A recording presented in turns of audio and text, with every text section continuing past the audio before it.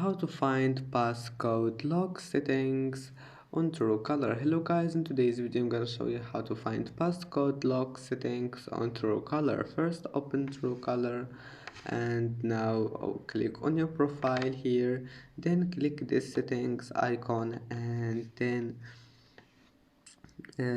click messaging,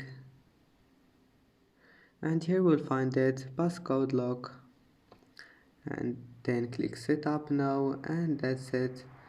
Here you can manage it, and I hope that can help you to fix your problem. And that's it. And that's it for today's video. If you like this video, please don't forget to like and don't forget to subscribe, and thank you for watching this video until the end, and see you in the next video.